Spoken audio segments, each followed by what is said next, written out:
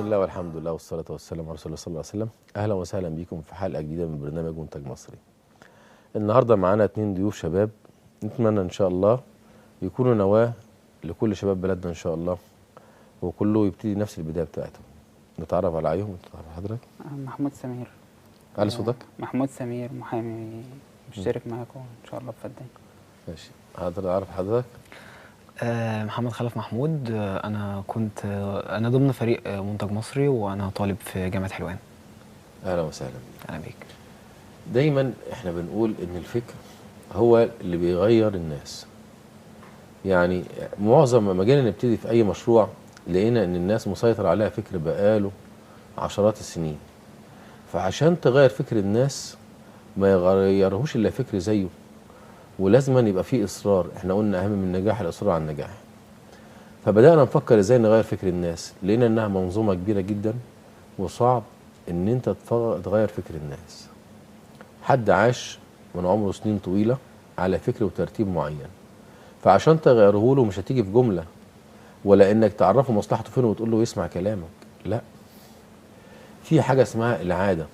احنا تعودنا على عادات كتير غلط وسيئة وخلاص بقت في حياتنا، فعشان تغيرها ده صعب، ومنظومة بتتحكم فيك من خارج البلد بتاعتك. فكر اتزرع في بلدك. طب ماشي، عشان نشوف مصلحتنا ونعملها نيجي نبص نعمل دايما حاجة اسمها المقارنة. الناس بره عملت ايه؟ اتقدموا ازاي عشان نتقدم زيهم؟ الناس اتطوروا ازاي؟ فوجئنا ان حاجة عجيبة خالص. الناس دي ما بتقولش مثلا، يعني ما عندهاش دين الاسلام، ما بتقولش لا اله الا الله، لكن كل افعالهم وتصرفاتهم بتطبق تعاليم النبي. يعني يقول لك الاجانب ما بيكذبوش. طب ما يا عم المسلم هو اصلا النبي قال المسلم لا يكذب، المفروض احنا اولى. النبي قال ان ربنا ما خلقش مرض الا لما جعل له شفاء. من رحمته ومن عظمه رحمه ربنا علمه من علمه وجهله من جهله. طب ماشي، اذا العلاج موجود من ايام خلق الارض. طب ماشي، يبقى اذا هنا الشفاء موجود.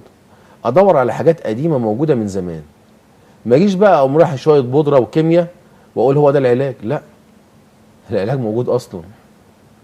ربنا رحمته في زرعه، في ميته، في كل خلقه. مش محتاج ان حد يبتكر لك ولا يعمل لك، بسيطه خالص. رحمه ربنا في النفس اللي بتتنفسه، في كل حاجه.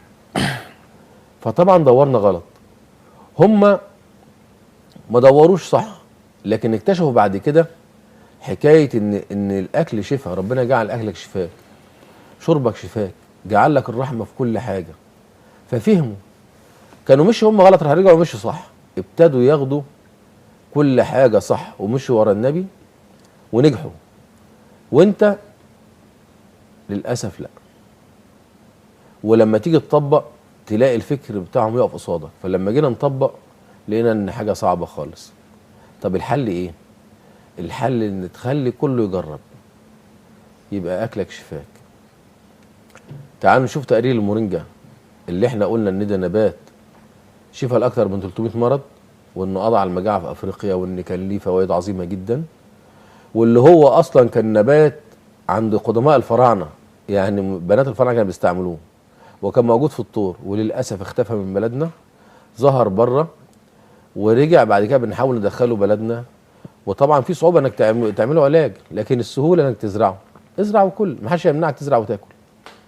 لكن هتلاقي حاجه صعبه جدا انك تقول للناس ده شفاء. خلاص كل وجرب، شوف بعد ما تخف هتعرف انه فعلا شفاء. نشوف تقرير المورينجا ونرجع تاني ان شاء الله.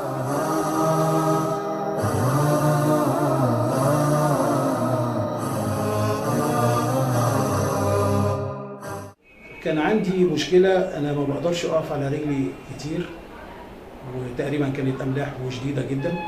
وعندي عبد الرحمن يكاد أن أكون رحت لحوالي عن 10 دكاترة بيه، وغير معلوم السبب.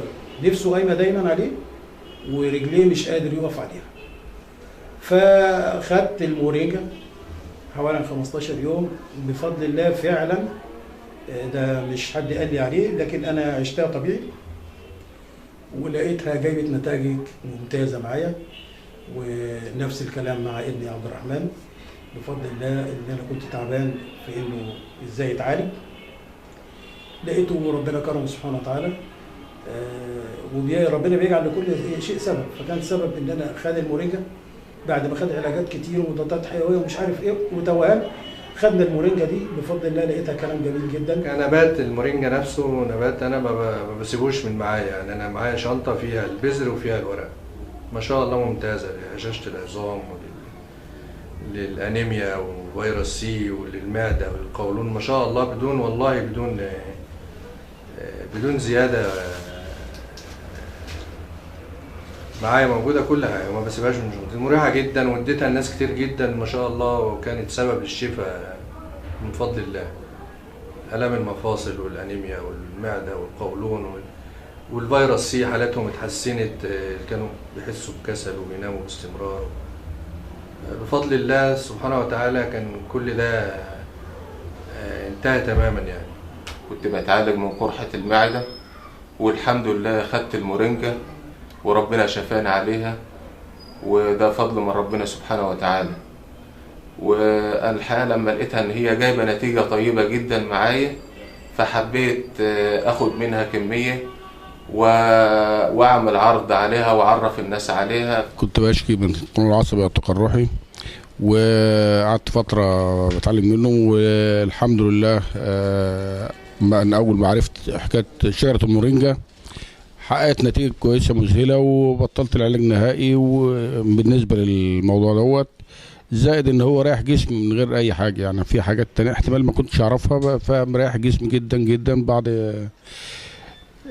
ما خدت المورينجا دي. شجرة يعني بصراحة حاجة معجزة. الحمد لله كان عندي فيروس سي وكنت تعبان يعني حاسس بتعب وارهاق يعني وكده، فالحمد لله من فضل الله سبحانه وتعالى يعني خدت جرعتين، حاسس يعني بتحسن من فضل الله يعني، وجاي اخد الجرعه الثالثه ان ربنا سبحانه وتعالى يكرمني ويتم شفائي بخير ان شاء الله. مدام عبله جمال الدين ساكنه في مصر الجديده، والنهارده انا جايه الشركه عشان اشتري المورينجا، لان عرفت واتاكدت ان المورينجا دي اعشاب جميله جدا مفيده لامراض كتير. وانا عندي السكر والضغط وعندي التهاب في الاعصاب وعندي خشونه في المفاصل، وانا عارفه انها بتشفي كل الحاجات دي وبتزود مناعه الجسم، وطبعا احسن بكتير من تاثير الكيماويات لانها اعشاب.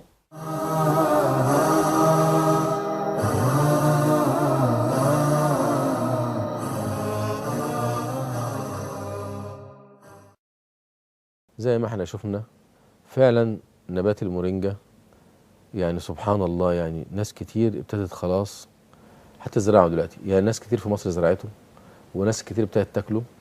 فاضل بس ان احنا نعمله وجبه اساسيه، يعني نعمل المورينجا ومعاها مثلا فص ثوم وزيت زيتون ويتعمل اكله زي الملوخيه كده، بس بتبقى ملوخيه ساقطه كده طعمها زي طعم الملوخيه وجميل. لو بقت دي اكلتنا تخيل كم الشفاء وملايين الناس اللي هتخف ان شاء الله، ربنا يجعل الشفاء من الله، وكمان عشرات المليارات اللي هتقف تخرج بره البلد هتبقى ليك ولاخوك وليا ولابني، يعني هنوقف نزيف الخسائر اللي بتطلع بره. فاضل ان احنا نزرع بس الزرع بطريقه ما بقاش فيها كيماوي، ناكل زي الاجانب، مع ان الاصل المفروض احنا عندنا الخير ده كله، هم ما عندهمش الخير اللي عندنا، لكن هم عندهم الفكر اللي ازاي يحافظ بيه على نفسه، ازاي يتعامل صح، ازاي ينجح، ازاي يبتكر. عنده فكر، ربنا يرزقنا الفكر ده. نرجع للشباب. الاخ محمد، بدايتك معانا ازاي؟ بسم الله والصلاه والسلام على رسول الله. يا ربنا يبارك لك الاول يا استاذ ايهاب. انا شفت الحلقه في التلفزيون واتصلت بالشركه وقلت لهم عايز اجي اتعاقد وكده. قالوا لي ده في رحله الجمعه الجايه على طول، فقلت لهم خلاص انا هشترك معاكم في الرحله. اشتركنا ورحنا طلعنا شفنا الارض وشفنا المجهود اللي اتعمل هناك، والارض اللي اتسوت والارض اللي اتقسمت والميه اللي دخلت والكهرباء اللي كانت بدأت تدخل الحمد لله دلوقتي دخلت، وبسم الله ما شاء الله. قلنا خلاص يعني نتوكل على الله ونصلي استخاره. استاذ ايهاب هو اللي قال لنا يعني نصلي استخاره وتعالى يعني شوف عايز تتعاقد او عايز تعمل رحت الهيئه طبعا. ساعتها انت حضرتك حتى قلت لي روح اسال في الهيئه. فرحت الهيئة سألت وقالوا لي لازم تبقى واخد موافقة ان مفيش، الارض مش تبع القوات المسلحة، مش تبع المحاجر ومش تبع المناجم، لازم يبقى فيه استشارة عن بعد. ساعتها ما كلمت حضرتك قلت لي طب تعالى الاصول عندي واطمن يعني تعالى. وفعلا الحمد لله رحت الاستاذ ايهاب ووراني كل الاوراق وكل الاصول، والحمد لله ماشي في طريق سليم يعني. وطلبوا مننا ال1000 جنيه اللي هي بتبقى عن كل فدان المقدم الملكية للمقدم الملكية عشان نقنن الأرض. بس الحمد لله صليت استخارة وشفت رؤية قبل الفجر كده، أنا ما كنتش قلت لحضرتك عليها. إن أنا صاحي من النوم كنت قبل الفجر بحوالي 10 دقايق 9 دقايق حاجة كده. صاحي من النوم بقول دي مباركة دي مباركة.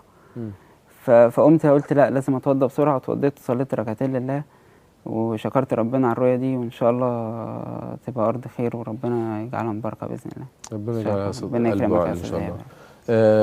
أستاذ محمد خلف بقى بداية معرفتك بينا إزاي؟ هو مبدئيا يمكن شرف كبير ليا ان انا اتعرفت عليكم، ودايما يمكن للخروج من الوضع اللي احنا موجودين فيه لازم في مبادرات طيبه زي حضراتكم. اكيد ممكن البلد تنهض بيها، لان هو اهم حاجه كل واحد يبقى ثقته بنفسه وثقته بقدراته وثقته في الله هي اللي ممكن تنجحه. هو طبعا انت ادتني الثقه ديت في نفسي يمكن ما كانتش موجوده. مبدئيا هو انا اتعرفت على البرنامج تقريبا من سنه ونص. كنت انا ضمن فريق منتج مصري ايام ما كنا بنسوق لارض العالمين، ويمكن انا كنت مستغرب يعني زي ما ناس كتير بتتفرج علينا مستغربه دلوقتي. يمكن الشيخ ايهاب مش مذيع لامع شويه زي المذيعين اللي بتشوفهم في التوك شو ولا حاجه، ولكن نور الطاعه يمكن عشان على وشه وكلامه البسيط اللي يوصل لقلب كل حد موجود في اي مكان في مصر، سواء كان ريف سواء كان حضر. يمكن مش الهدف هو التسويق، هو الهدف هو زرع فكر جديد في قلوب الناس انه كل واحد قادر على التغيير في ذاته والتغيير في الآخرين. يمكن ساعتها يعني لو تسمح لي يا شيخ إيهاب حاجة صغيرة جدا عن أرض العالمين لما أنا كنت موجود. يمكن أنا كنت طلعت مع حضرتك رحلة للعالمين. في الفترة ديت أنا شفت الأرض هي تقريبا 70 كيلو مدى في طريق الصحراء بعد العالمين. 70 كيلو دول مفهومش اي وسيله للاتصال، الشبكات الثلاثه مقطوعين. كان ساعتها ما فيش ميه ما فيش اي حاجه، حتى يمكن تتذكر حادثه الاتوبيس ساعه الاتوبيس غرز وباتنا هناك ورجعنا الصبح، لدرجه ان في واحده بتكلمني بتقول لي لو زوجي ما رجعش لحد بعد العصر انا هبلغ فيكم. فكان الموضوع ساعتها صعب جدا يعني. تخيلوا ارض العالمين دلوقتي زرع منها حوالي 4000 فدان، بس الناس دي كان عندها يقين انها لو بدات مشروع من الصفر ممكن في يوم من الايام وبدراسه الجدوى الصح وانها عارفه ابعاد الموضوع، فبالفعل الناس دول نجحوا. فعشان كده احنا هننجح واحنا واثقين هننجح. لو ما نجحناش النهارده احنا في ناس هنعرض عليهم الفكره بكره وبعده والناس هتقتنع بالفكره. ساعتها مين اللي هيكون خسر؟ هو من خسر هو اللي اتفرج عليها دلوقتي وقال انه الناس دول بيهزروا وانه ده برنامج بيتقدم زي اي برنامج بيتقدم في التلفزيون، وبالتالي فهو ما اهتمش بيه. فلو انت كنت مبادر اعتقد دي هتكون فرصه جيده يعني. فهو والله بجد ربنا يبارك لك، وان شاء الله باذن الله يعني مش شرط قوي انك تكون مذيع لامع، بس شرط قوي ان كلامك يوصل للناس بشكل ببساطته وباسلوبك الجميل يعني. ربنا يبارك لك. انا ان شاء الله ناوي تبقى انت المذيع يا محمد ان شاء الله. ربنا يكرمك ان شاء الله بجد والله يعني بيتكلم. انا نفسي اتعلم من كلام زيه كده شاطر. وعلى فكره احنا محمد كنا مفكرين ان هو يعني من ذكائه ان هو بيشوف، فكنت كلنا اتفقنا في المكتب اول ما جه اشتغل معانا قلنا استحاله بيبقى عارف مكان كل حاجه يعني. تخيلوا ان الصوت بيحدد الحاجه دي فين وبعدين مره بقول له لنفرض ان حد بيكذب عليك تعرف، قال لي جرب تكذب عليا كده. ففعلا كان بيعرف الناس من صوتها في التليفون. حتى فكرنا نعمل حاجه اسمها سيلز مش عارف اسميها المسمى ايه يا محمد، اسمها سيلز ايه؟ سميها براحتك. قول انت سيلز اسمها سيلز ايه؟ والله هو يعني انت إيه؟ لو احنا بنتكلم على المكفين الناس دول عندهم قدرات غريبه يعني، قدرات فعلا لا محدوده. بس هو مشكله اصحاب الشركات، وديت يمكن كلمه بوجهها عبر منبر القناه المباركه ديت يعني. يمكن اصحاب الشركات شويه ما بيهتموش ان هم يشغلوا ناس اصحاب القدرات الخاصه اللي هم المكفين او غيرهم. قدرات خاصه يعني اللي سيلز القدرات الخاصه يعني اصحاب القدرات الخاصه. ماشي. فسبحان الله وبقينا نحط الحاجه قدام منه في طريقه عشان نشوف يعني حاجه عجيبه. اترى من نعم الله المنعم الكريم ان من الصوت بيحدد كل حاجه، بيحددك اذا كنت صادق ولا كذاب، بيحدد نبراتك اذا كنت عصبي، من نفسك، حاجه عجيبه، ذكاء غريب، قدرات ربنا اسمه العدل سبحانه وتعالى.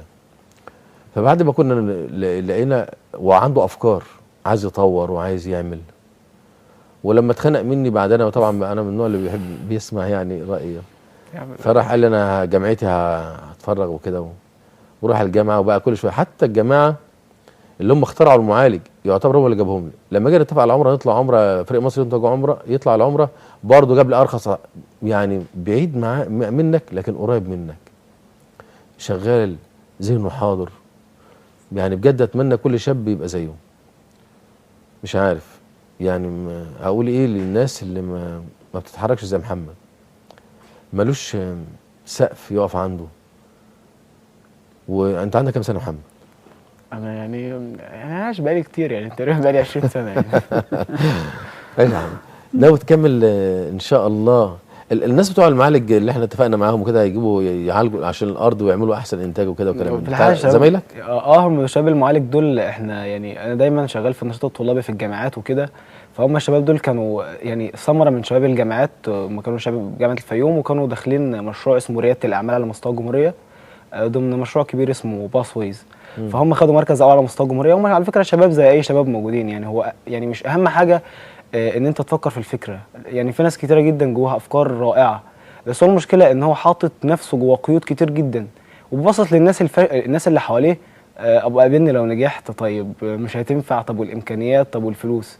انت لو طلعت من الازازه الضيقه اللي انت موجود فيها للمجتمع الاوسع وبدات تطرح افكارك، اعتقد انه لو 3 4 اتفقوا على فكره واحده قادرين ان هم ينفذوها، واحد يحفزني، واحد يدفع لي فلوس، والتاني يخلص لي اجراءات، فبالتالي احنا خلصنا. وفعلا الناس شغالين دلوقتي في مشروع المعالج، وهو مشروع متميز جدا لعلاج ملوحه التربه وزياده ملوحه التربه ونقص كميه المياه فيها، والمشروع الحمد لله ناجح، وان شاء الله باذن الله يكون منتج مصري هو القادر ان هو ينفذه بشكل كويس يعني ان شاء الله. ان شاء الله انت تبقى المذيع ان شاء الله، ان شاء الله. ربنا يخليك. طبعا احنا الفكره الارض جت عندنا ازاي؟ هتاخد منتج وهتبتدي تسوقه عشان تكسب، ده الفكره. يعني اي حد دايما الطمع بيحفز الانسان انه ينجح، بس يعني في طمع ما يضرش الناس وينجحك. يعني كل انسان عنده طموح، ماشي يا عم هنسميه طموح، لكن ازاي تعمل حاجه يكون فيها خير، ناس تدعي لك وتكسب برضه. يعني ربنا حنان منان. المهم ما تسببش ضرر لحد. تاني حاجه ما تجذبش لاي سبب من الاسباب. فلما جينا نطبق حكايه المورينجا ونعممها، فلقينا ان هيبقى ممنوعات كتيره، وفكر هيمنعك. طب ماشي انا مش هعملها علاج يا عم، انا هزرعها ومصر كلها تاكلها. الزراعه مش محتاجه اي موافقات، ازرع وكل. فدي كانت بدايه فكره مشروع اكلك شفاك. طب ماشي، ايه المانع ان نزرع اكل يبقى شفا ونعالج كل الامراض اللي بقت في اجسامنا بقالها عشرات السنين، عشان الفكر الغلط اللي احنا ماشيين بيه، وكمان الارض تبقى مصدر دخل. طب ماشي، وبعدين ايه المانع ان انا اقيم في الارض دي واعيش في مكان عامل زي قطعه من الجنه زي المنتجع؟ طب ايه المانع ان اعمل مشروع صناعي داخل القريه؟ ايه المانع ان يبقى عندي كهرباء ونتنقل من الضيق للوسع، ويبقى عندنا مصدر دخل ومش محتاجين وظيفه؟ عندنا فكره زمان كان بيقول لك ان فتك المير اتمرغ في ترابه، وظيفه وعايز مرتب طب بقى حمل كله محمل على وظيفه وعلى مكاتب، لكن ما بننتجش حاجه. لدرجه ان الناس حولونا بره. كان النبي يقول المؤمن كيس فطن، زودوا نقطه بس، بقى المؤمن كيس قطن بيتعبى فيه كل حاجه، صح وغلط، اكل غلط، ادويه كيماويه، كل حاجه بقت غلط. حتى عيشتنا ما بقاش لها طعم. كان زمان الاكل ليه طعم، كنا بنستمتع بيه، والشرب، المعاشرات، الجو، الدنيا بتاعتنا كانت جميله وذكرياتنا. بقت حاجه سريعه كده وملهاش طعم، وتبقى عارف ان اللي قدامك بيضحك عليك، واعلان عارف ان هو غش، بس خلاص الزن على ودقنا اقوى من السحر. تبقى عارف حاجاتنا ما بتضرك، ومع ذلك خلاص اتعودنا على كده. بقت ثقافه التعود دي بقت حاجه عجيبه. حتى الحاجات اللي بنغسل بيها بقت بتضرنا وتعودنا عليها. حاجه صعبه طبعا. عشان تغير الفكر ده صعب، انت لو مين. لكن قول للواحد انت عايز تبقى صاحب مصلحه وتكسب، تعال ازرع. وهو بيزرع هو مع نفسه الافكار هتجيله وهينجح. والفكر هيتغير، بس منين بقى؟ من المنبع، من البدايه، من الارض، من اول الحاجات الضروريه، الاكل والشرب. لو المشروع ده نجح، وان شاء الله ينجح يا رب، وقلنا ان في وقف العشر وقف لله عشان تبقى عمل الدنيا والاخره، تاكد انك هتنجح. نتفرج على الارض دي عشان دي بدايتنا، دي كانت البدايه اللي كانوا بيسموها الاقتصاد القومي الزراعي. ازاي تبقى الزراعه هي اقوى حاجه في الاقتصاد بتاعك، وتبقى خير لينا، وما نجيبش حاجه من بره، ونكتفي ويبقى لنا كرامه، وما نحتاجش حاجه من حد. دي بدايه ونواه. الاول بدانا في العالمين ما كانش فيه كهرباء ولا ميه، عملنا الطاقه الشمسيه. فوجئنا احنا بنعمل الطاقه الشمسيه، قالوا لنا خدوا من الصين وخدوا من المانيا. اتاري المانيا والصين بياخدوا الرمله من عندنا من بحري، وياخدوا الرمله اجود انواع الرمله، يعملوها ياخدوها منك مثلا بجنيه، ويرجعها لك خلايا طاقه شمسيه ب1000 جنيه. الحاجه بتاعتك، بس عشان ما فكرتش خدوها هم منك ورجعوها لك باضعاف اضعاف، وفي الاخر انت الخسران. ولما جبنا الطاقه الشمسيه فوجئنا ان الاف الابدنه اتحولت، زرعناها جوجوبه اتحولت لمنجم، والناس اللي الفدان اللي كان بجنيه بقى ب2 وب3، واتحولت لعمار. 70 كيلو مدق في الجبل، ومع ذلك بقت تحفه وعمار. دايما لو فكرنا صح هنبقى احسن ناس وانجح ناس واغنى ناس. المره دي الارض بتاعتنا على الاسفلت، وبتروا بحار من النيل، واتمنينا انها تبقى مدينه من اجمل المدن. يا رب ده يتم وينجح ان شاء الله، وادعوا لنا. نتفرج على تقرير الارض ونرجع تاني ان شاء الله.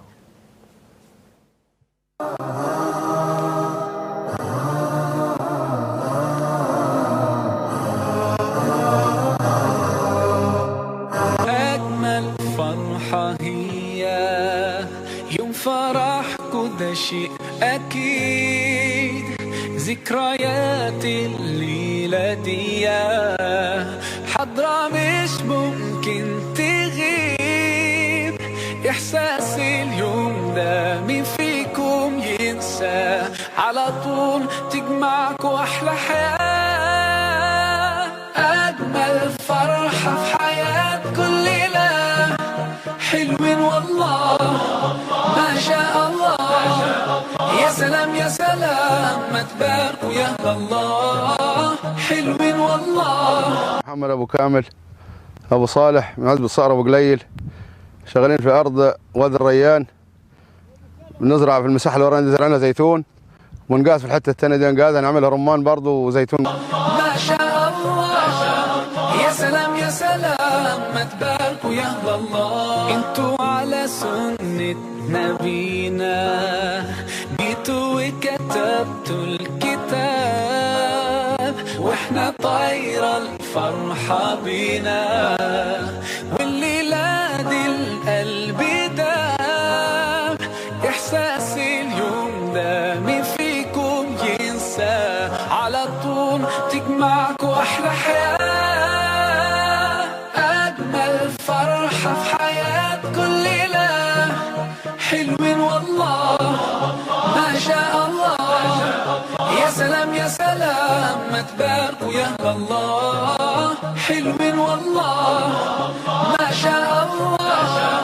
يا سلام يا سلام، ما تباركوا يا الله.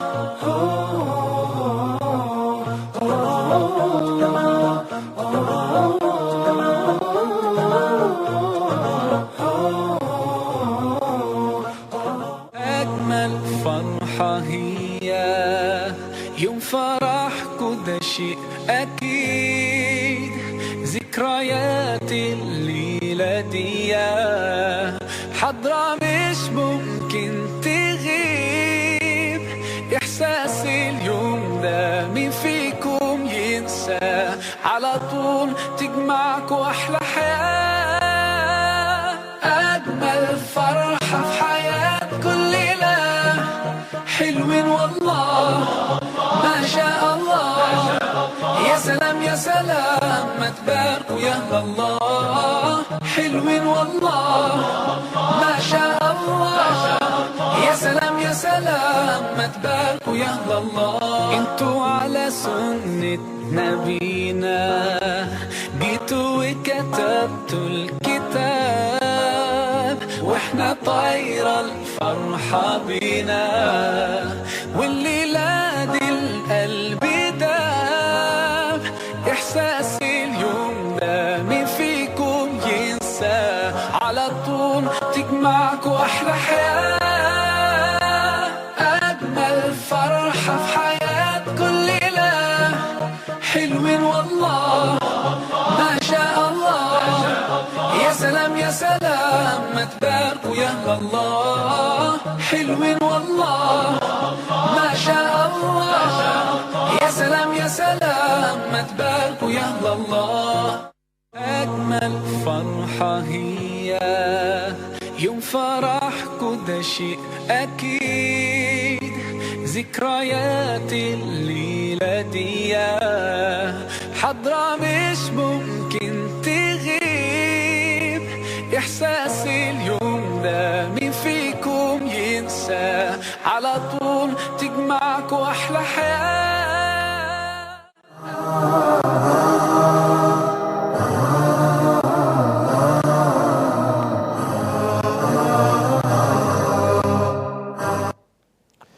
مش هي دي الأرض اللي كانت من فترة كده صحراء جرداء لا زرع فيها ولا ماء؟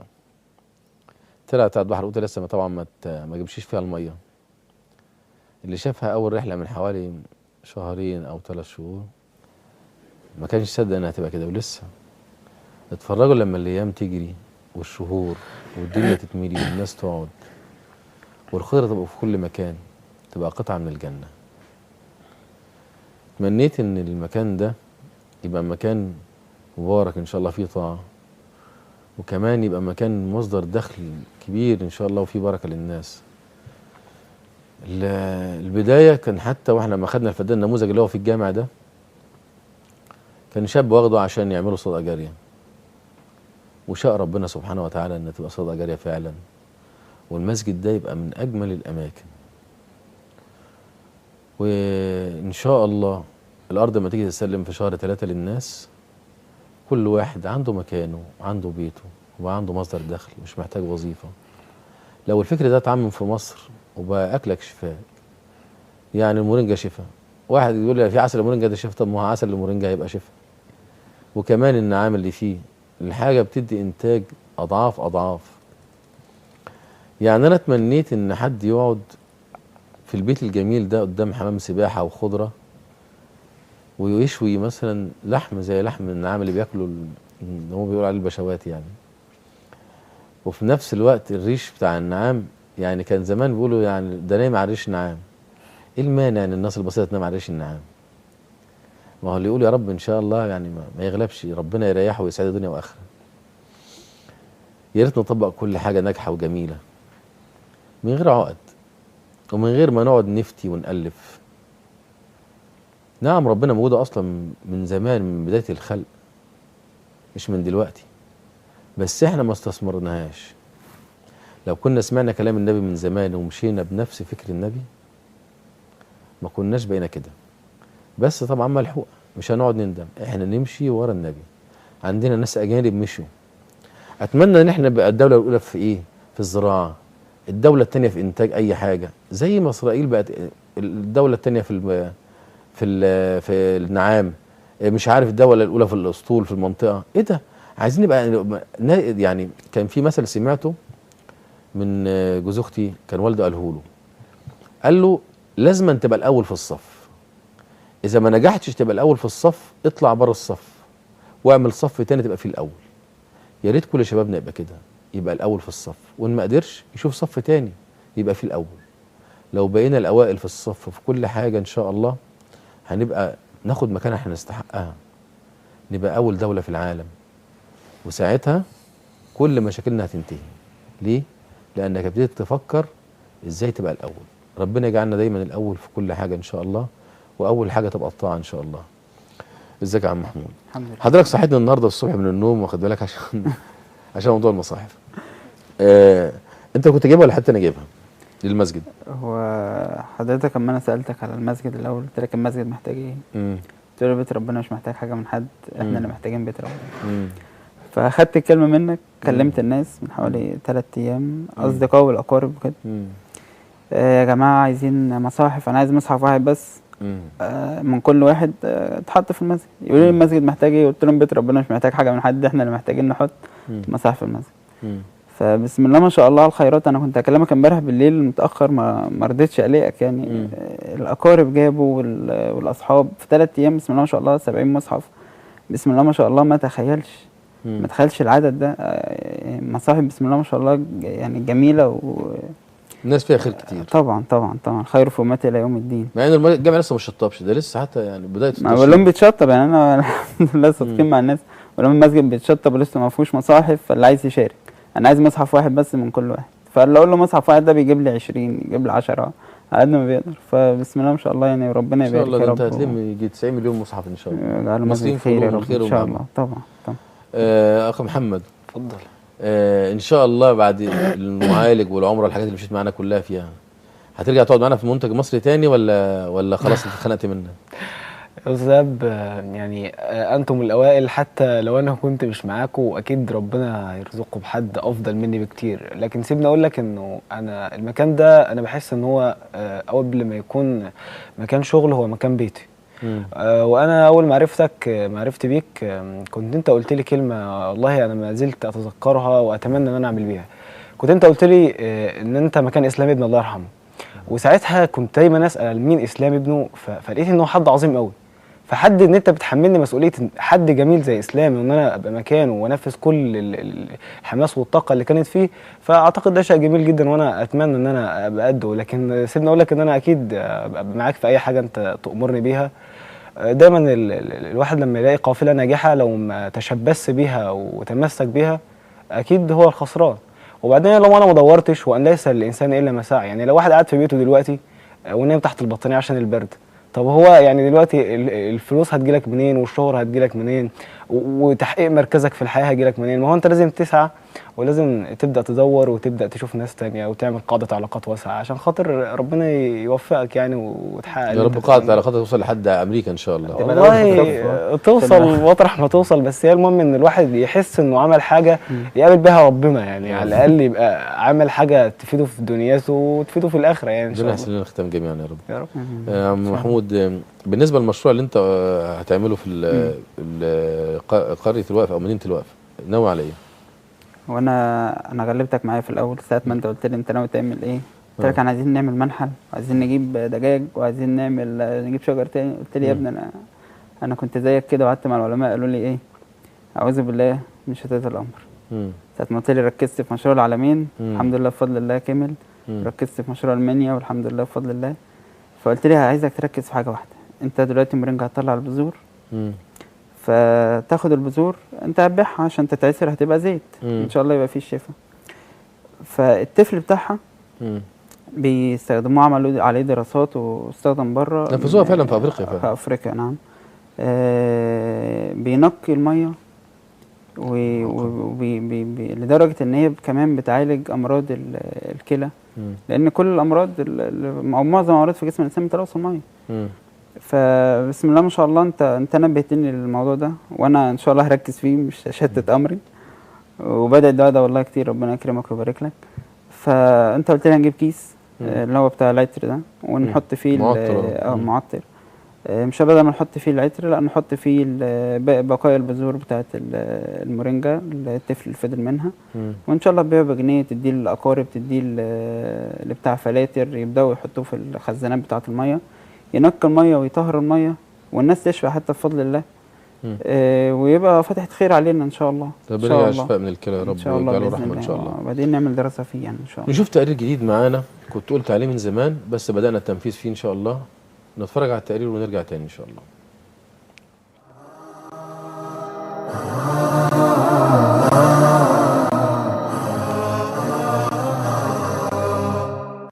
لينا دي نوع من الحاجات اللي لسه نازله حديثا، يعني هي المفروض بتبقى موجوده في دول امريكا الجنوبيه. وماليزيا من الدول المتقدمه جدا في انتاج مثل هذه الصناعات الغذائيه. ده نوع من الحاجات المكملات الغذائيه اللي ممكن تطلع من البحر وتساعد الانسان مش بس ان هو يتبع نظام غذائي جيد وينظف جسمه، لا دي بتساعد كمان ان هو يحس بالشبع، وبتساعد كمان انه يحرق دهون اللي موجوده في جسمه عن طريق ازاله السموم اللي موجوده في الكبد، لانها بتنشط الكبد من ناحيه البنكرياس والطحال، وفي نفس الوقت بتزود معدل التمثيل الغذائي من الهضم والامتصاص والاخراج. نقطه مهمه جدا انا حابب برضو اركز عليها النهارده، المرضى اللي عندهم كسل في الهضم، ده عادي خالص قبل الاكل 3 مرات في اليوم، وده نوع من الطحالب البحريه اللي قيمته الغذائيه عاليه جدا وقيمته السعريه ولا حاجه. يعني ممكن اي حد، يعني عارفه بره رواد الفضاء في امريكا لما بيطلعوا فوق بيتغذوا على السبايرولينا دي، ودي كانت سبب معرفتنا بطحالب السبايرولينا، ان ممكن يقعدوا 10 ايام بيبلعوا بس اقراص الاسبايرولينا مع الميه او مزود حتى، ويقدروا يعيشوا لاكثر من 10 15 يوم من غير اي اكل خالص ولا حتى اي طعام او غذاء. ميزتها ان فيها عناصر معدنيه قلويه زي الكالسيوم وزي البوتاسيوم وزي الفوسفور، ودي من الحاجات اللي بترفع قلوة الدم شويه، وبالتالي بتنشط جهاز المناعه، وفي نفس الوقت بتقلل من الحموضه في الجسم والحموضه في الجهاز الهضمي، فبالتالي بتنشط عمل الانزيمات بشكل غير مباشر.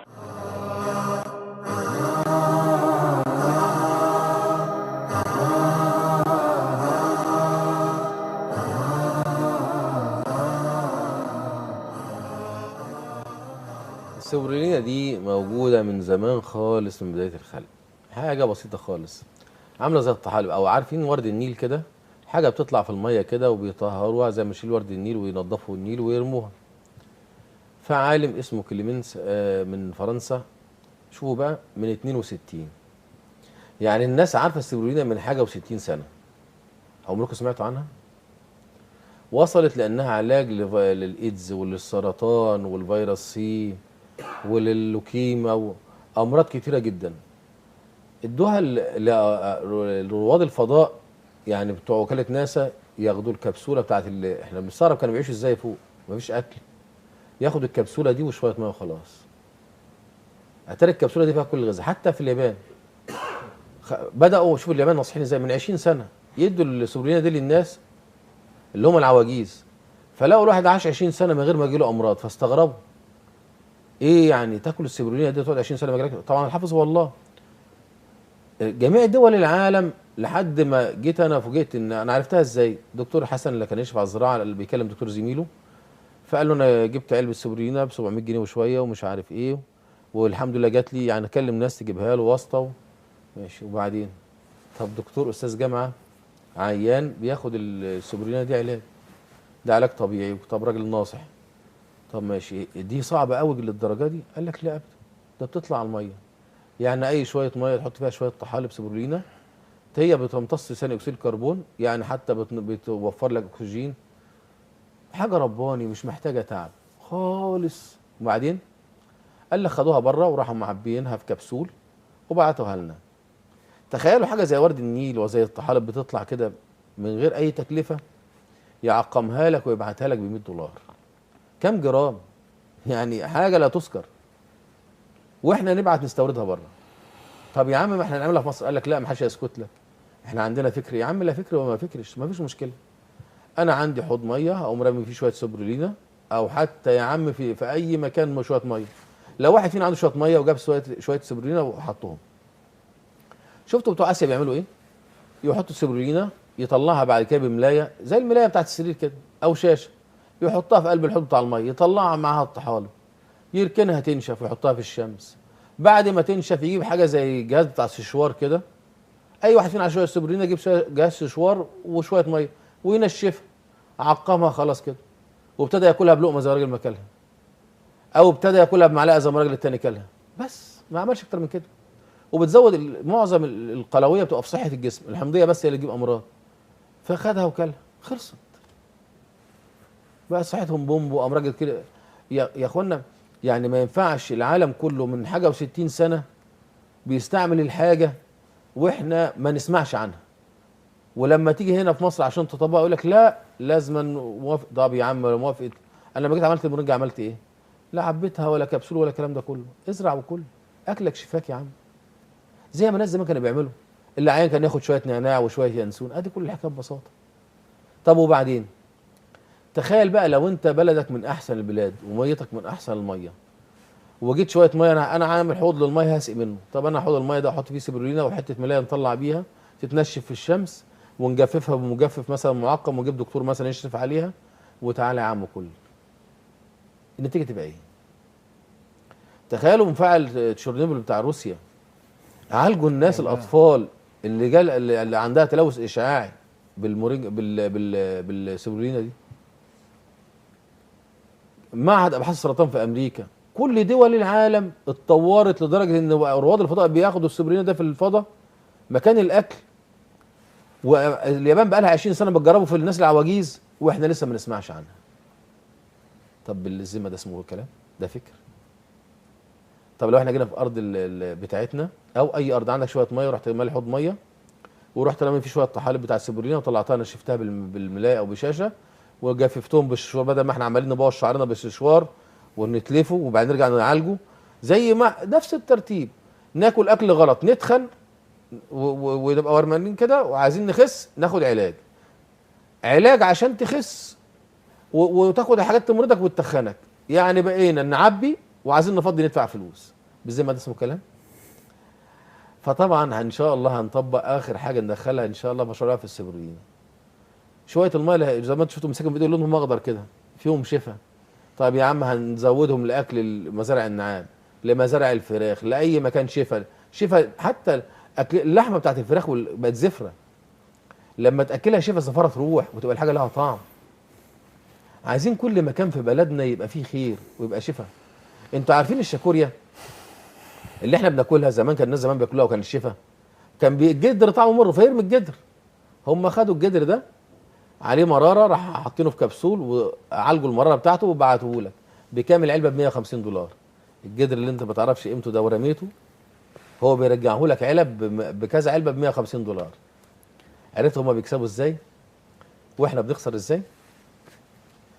بيتهيألي ان شاء الله كلنا نحط ايدينا في ايدين بعض ونفكر صح، ومفيش حاجه في بلدنا لما نستغلها ونستثمرها لحد ما يبقى كل اكلك شفاك.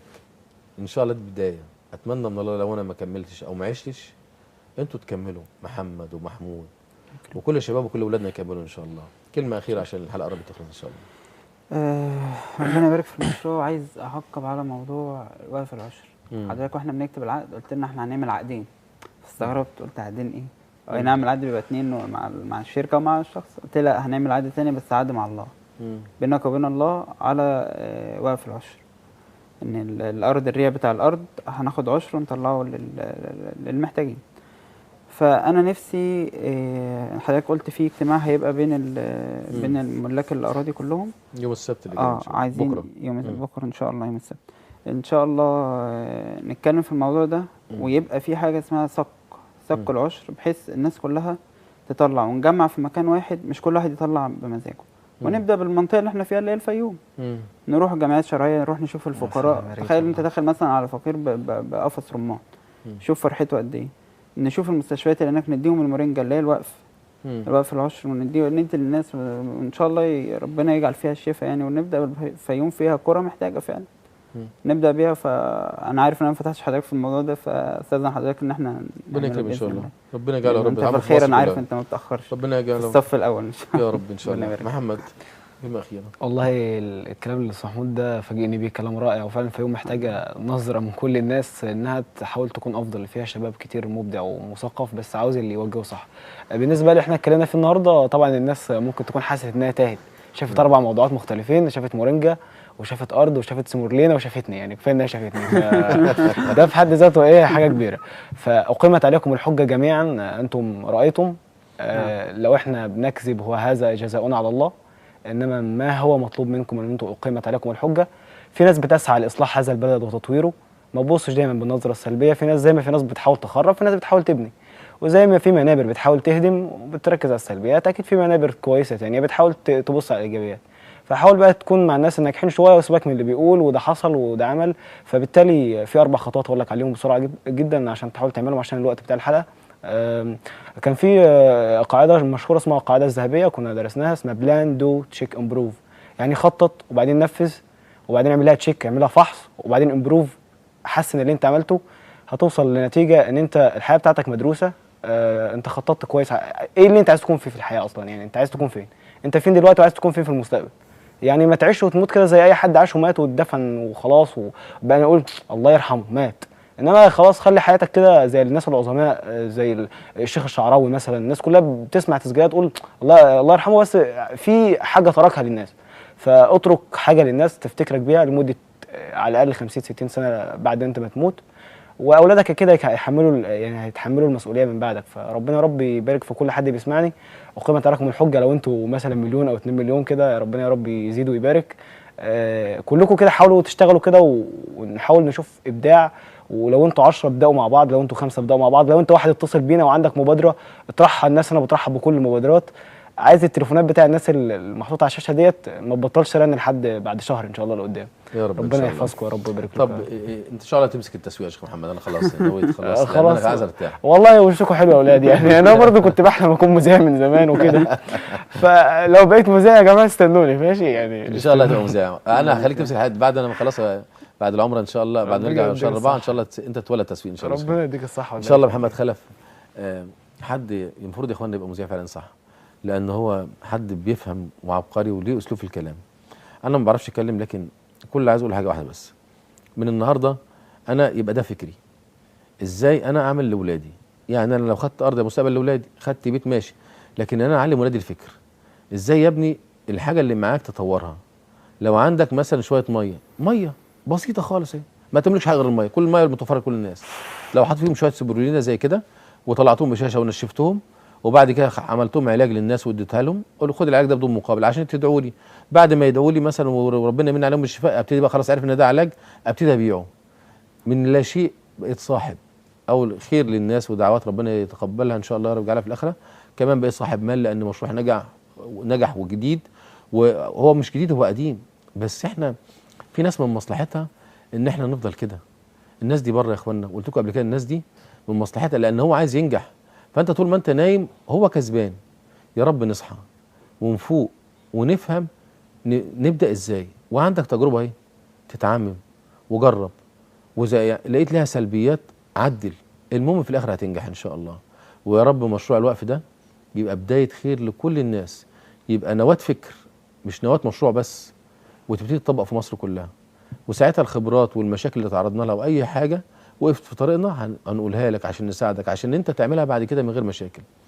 ان شاء الله عندنا اجتماع يوم السبت ان شاء الله لكل متعاقدين في الارض واصحاب المشاريع اللي فيها، بحيث نفكر ازاي ننجح ونتطور، لان عندنا حاجات جميله هنقولها لكم في الاجتماع ان شاء الله. اسال الله النجاح. وان شاء الله موضوع السبرولينا ده لو حد عايز ميه، عندنا دكاتره واساتذه علماء عندهم خبره هيساعدوكوا، واي حد عايز يطبق هنديها له. خلطه المورينجا بالسبرولينا يا اخوانا عامله نتائج حاجه زي المعجزه، حاجه مش عارف، العلماء بيقولوا تحاليل حاجات عجيبه. فيا ريت كل اكل شفا نزرعه، كل حاجه تخفف الام اخواتنا ويكون اكلنا هو العلاج زي ما النبي قال. يا رب ده بس من غير استغلال بقى، مش دي بكذا ونعبي في علب وخد ده مش عارف ايه، والكلام ده كله مش صحيح. الصدق رحمه ربنا وشفاء موجود في الارض، مش محتاج ان حد يقول لك ولا يركب لك ولا الكلام ده كله. اكلك هو شفاء. نستعين بالله ان شاء الله ونمشي ورا النبي، وربنا يجعلنا من الناجحين والصادقين.